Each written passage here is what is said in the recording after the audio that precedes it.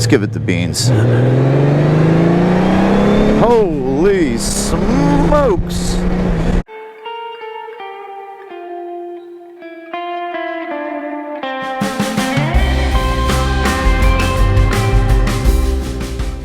This is definitely not your grandpa's Goldwing. Foot position, very comfortable. Let's look at a couple things here. They tidied all this up. This looks great. Navigation, phone, vehicle settings. You can set it from 2 up. Navigation's right there. All right, there's your driver modes right here. Go sport, economy, rain, touring. Keep it simple. We're gonna put it on sport mode, take it on the highway, see what it can do. 5.6 gallon tank, averaging about 40 miles per gallon. A lot of LEDs. And LEDs there. Adjustable windscreen. This also has hill assist. So if you're on a hill and you start to go, the bike won't drift backwards before it goes forwards. It'll actually hold it there. That is a pretty nice feature. Plus you've got the walk mode. You can go forward or backwards in walk mode. Press that button. Minus is backwards and plus is forwards. And you got your heated grips, your heated seats, cruise control, awesome. And you've got combined ABS on the front and back. All right, we're gonna take it on the highway in sport mode, see what she'll do. Let's take a ride. Let's go ahead and get this where we want it. And a little more air, that's good. Pop that in drive because this is the DCT. And let's put the cruise control on. 1800cc, horizontally opposed 6-cylinder. Let's give it the beans. Holy smokes! Hello, Vika. Wow. Yeah, all right. Now this has a 7-speed. It's the DCT. You got a 7th gear, which is like an overdrive. This is really smooth. Let's put this up and see how much wind we're actually blocking here. Oh yeah, night and day. Or if you want the air, go ahead and take the air, you know. It's nice too. I feel insulated when I'm on this. I feel insulated from the outside world. This motor feels torquey. And you got these on both sides. You can vector the air towards you, if you like. Also, there, that will actually channel air up and towards your chest. I know it's big. Actually, this is one of the lightest Goldwings ever. I think this comes in just over 800 pounds. I think it's 830-ish pounds maybe with the DCT. I have it set for self-canceling turn signals. Since you all know that's a sticking point with me, there's actually an option when you set up the bike through your screen over there where you can set it for self-canceling turn signals, or you can turn that feature off. Alright, this thing feels like in sport mode, it's just ready to rip, roar, and go. I think it's sitting right around 100 horsepower. I did not 0 to 60 the bike, but from looking online, most people are saying it's just over 4 seconds on the 0 to 60. Let's put it in tour mode. Now it's in economy mode. Let's see the difference. Oh yeah, it's suppressing the gear, it's going lower, it's dragging it out, keeping the RPMs low. It's now a sipper. I think you can hear that. It's sipping. This does have the HSTC, Honda Selectable Traction Control. You have it on there. You can wind through everything on this little thumb pad right here if you want to change your vehicle settings, your presets. This bike is really easy to maneuver. This feels tidy. Like, the old Goldwing was very easy to maneuver as well, but even the buttons, everything they did, they sort of tidied it up a bit. Now, you do lose 1 gallon of fuel in this. The older ones were 6.6 gallons. This is a 5.6 gallon tank. Does that matter to you when you're averaging 40 miles per gallon? Maybe. Maybe. That does kind of put it to where right around 200, 210. If you're on the highway, you might want to start looking for a gas station. But the whole point of this Honda was to put the rider closer to the front wheel, so the performance, dynamics, and the comfort were even better. I mean, that was the idea, according to Honda. Hence the double wishbone suspension, which pushed the engine forward, helps you maintain your wheelbase under braking, and they say the double wishbone suspension creates 30% more road dampening. So it's supposed to give you a softer ride as well. 4.3 inches of travel in the front, I think 4.1 in the back. Very not traditional in terms of the shocks. Aluminum cylinder sleeves to help dissipate the heat and shorten the length of the motor, making you able to push it farther forward. Double wishbone suspension so that your wheelbase stays the same, which keeps your front wheel farther forward, which allows you to push the motor farther forward so you can push the rider farther forward. Take away a gallon of gas so it's smaller so you can push the rider farther forward. Was it worth it? Compared to the 05, this does feel a little tighter. It feels more like I'm on a normal kind of cruiser that just happens to have a bunch of gadgets on it. It doesn't feel heavy. It doesn't feel, oh my gosh, I'm on a big heavy bagger. That thought never occurs to you. Not that that thought would occur to you in this voice, but in case it did, it's a great bike. And it feels very sure of itself. It feels very tight. It feels more compact.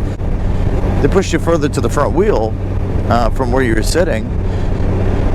But even so, I didn't think the old one was that bad, to be honest with you. This brings the whole cross-country touring experience down to its binary for anyone. For anyone. I mean, this bike's just over 800 pounds for everything that's on it. That's amazing. And I don't feel even remotely, even a little bit intimidated by its size or its weight. Because to be frank with you, it just handles so easily. It's just effortless. All motorcycles are physically exerting a little bit, but this one sort of takes the physical exertion kind of out of it. I don't know why. I think it's because it's so competent.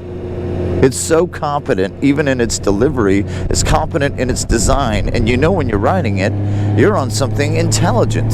You are in a really comfortable riding position. This seat, this is the stock seat with the little backrest.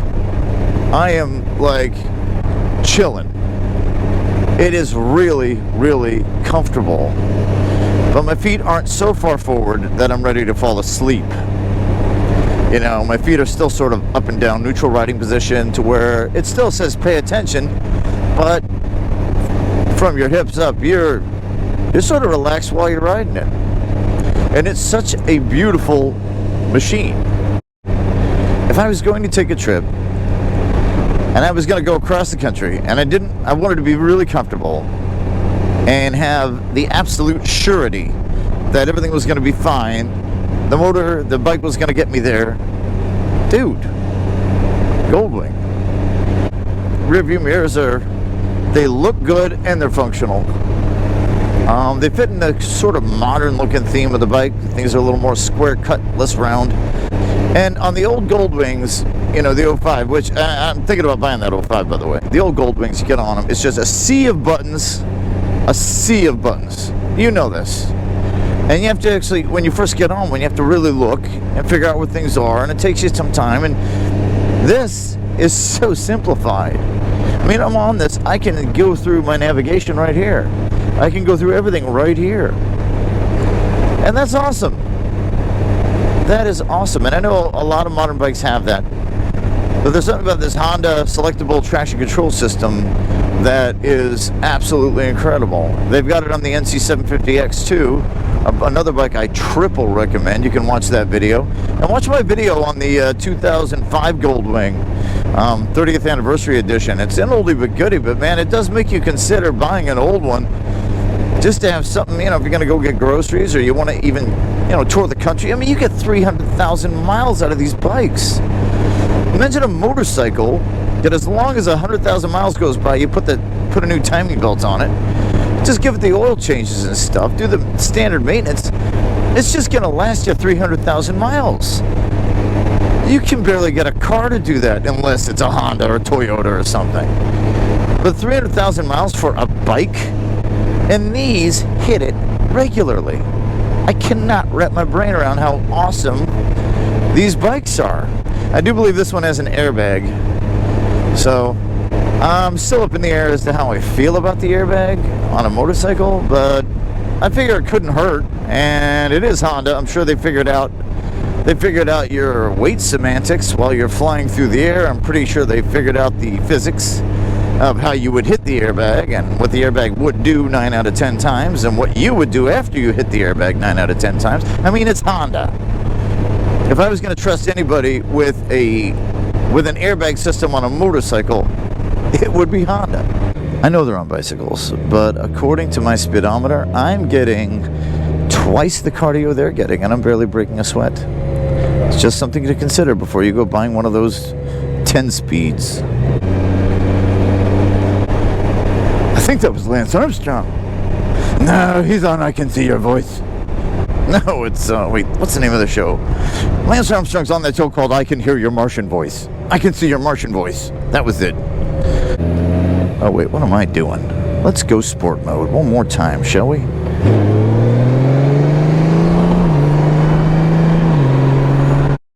You know, to be completely honest with you, I think I like the shocks in the old one better. I could be wrong. I don't know, but I did a lot of bumps. I did a lot of highway, country roads in this thing, and the old one just felt like you were more insulated from a lot of the bumps. Maybe they had it set different. I don't know. I understand the reasoning behind putting the double wishbone suspension on this thing. I get the reasoning, but I don't know if the payoff was worth losing the extra gallon of gas, which is probably why they dumped it down to 5.6 gallons instead of 6.6, so they could, put you closer to the front wheel.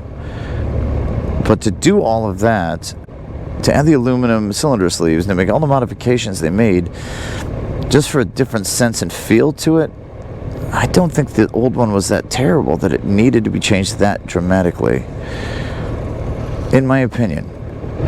But this is still quite good. I just don't know if it needed to be changed that much to where you needed to do all that just to push the rider closer to the front wheel. And I believe that was the reasoning. Was it all worth it? Because I didn't think the old one was that bad, although this one is kind of pretty. So I'd rather have the extra gallon, and you can put me a little further back and I'm fine. And to be honest with you, losing that almost extra inch of travel in the front, because you're going with this new double wishbone suspension, I'd rather have the softer shocks. I mean, this isn't bad. I think the old one felt more insulated to me than this. And I don't know why. I'm sure it's in my head. I have been hitting the head a lot, and this is just my opinion, so I could be completely wrong. This is a 2020. It's listing for about 18,000-ish, but wow, you sure do get a lot. Definitely not your grandpa's Goldwing. TG MotoRider, signing off. This thing is amazing, seriously.